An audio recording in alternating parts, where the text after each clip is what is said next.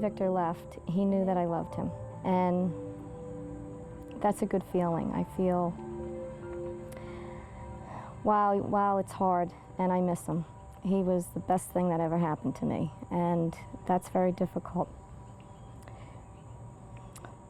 But we had a good life, and we have 2 beautiful children.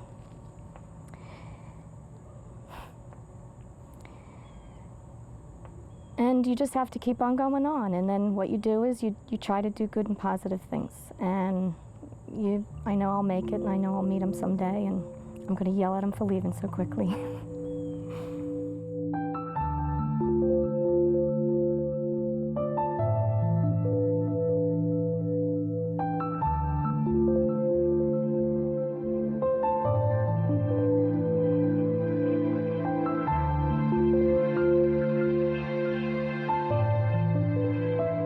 September 11th will forever be considered America's darkest day. September 11th will forever be our family's darkest day. Shortly after September 11th, Ellen Saraceni became a public figure. Her husband was the pilot of one of the planes which had crashed into the Twin Towers. This is a picture of all the victims. And you see, here's Victor. A lot of my curiosities now are, what did they know? What did our government know? What should we have done? What can other governments help us with? And is enough being done to change perspective? There has to be a movement. To help her deal with her concerns, we will accompany Ellen, giving her the opportunity to confront her views with those of others across the world. Initially, her opinions were strong and practical. The arming of airline pilots has been championed not only by the pilots themselves, but by members of Congress and the majority of the public. It has been theorized that because the September 11th hijackers were armed with only box cutters, armed pilots would probably have been able to neutralize them before any significant loss of life took place. Thank you. As a former pilot herself, Ellen's first initiative was to campaign for pilots to be allowed to carry guns on board flights. In the spring of 2004, a year after the attack on Iraq, and before revelations of torture became public, Ellen agreed to talk with Nidal Habib Jassim, an Iraqi primary school teacher who, like herself, is a widow. Her husband, Jamal Shukr Hassem, was killed during an American bombing attack. I understand you're a school teacher and you have 3 children.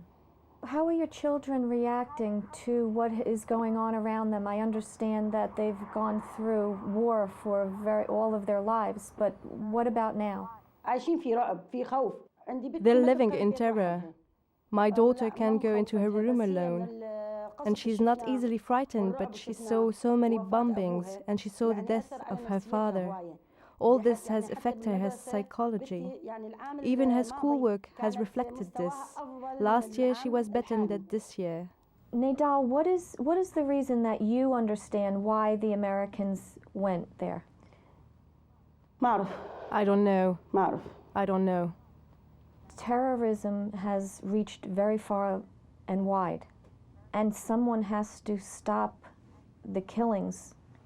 The Americans are strong and feel that it is their duty and obligation to go and help protect innocent people.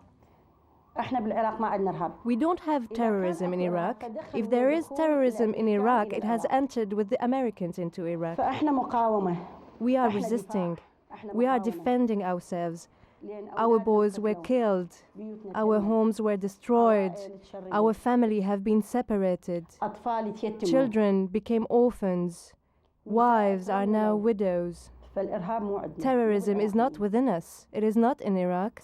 From what we as Americans understand, Saddam was the one who was hurting the Iraqi people. Saddam never hurt me. He didn't kill my husband. He didn't hurt my children. He didn't interfere with my life. No, no. Saddam didn't do anything to me. The Americans killed my husband. They've destroyed my house. They've destroyed my life. They've hurt my children. My daughter doesn't have a father anymore. Nobody is there to be her father. She's longing to call someone father. She's longing just to say the word daddy. Saddam didn't deprive me from a husband. The Americans did it. Nadal, I too lost my husband and my children lost their father. And I was just living my life and someone came in and did this to me. These people need to be stopped because they're not stopping hurting other people who are innocent. Well, I will pray for peace in her life, in her heart, and in her country. May God save you.